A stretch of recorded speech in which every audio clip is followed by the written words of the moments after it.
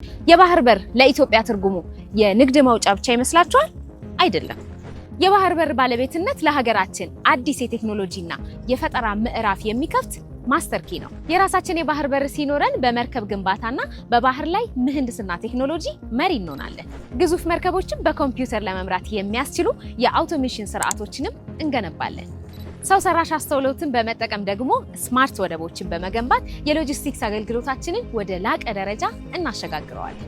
ይህም ብቻም አይደለም። የባህር በር ማግኘት ማለት የዲጂታል ሉዓላዊነታችንን ማረጋገጥ ማለት ነው። በባህር ስር የሚቀበሩ የኢንተርኔት ገመዶችን በራሳችን መሬት ላይ በማሳረፍ የመረጃ ደህንነታችንን በታማኝነት እንጠብቃለን። ይህም ኢትዮጵያን የዲጂታል መሰረተ ልማት ማዕከል ያደርጋታል።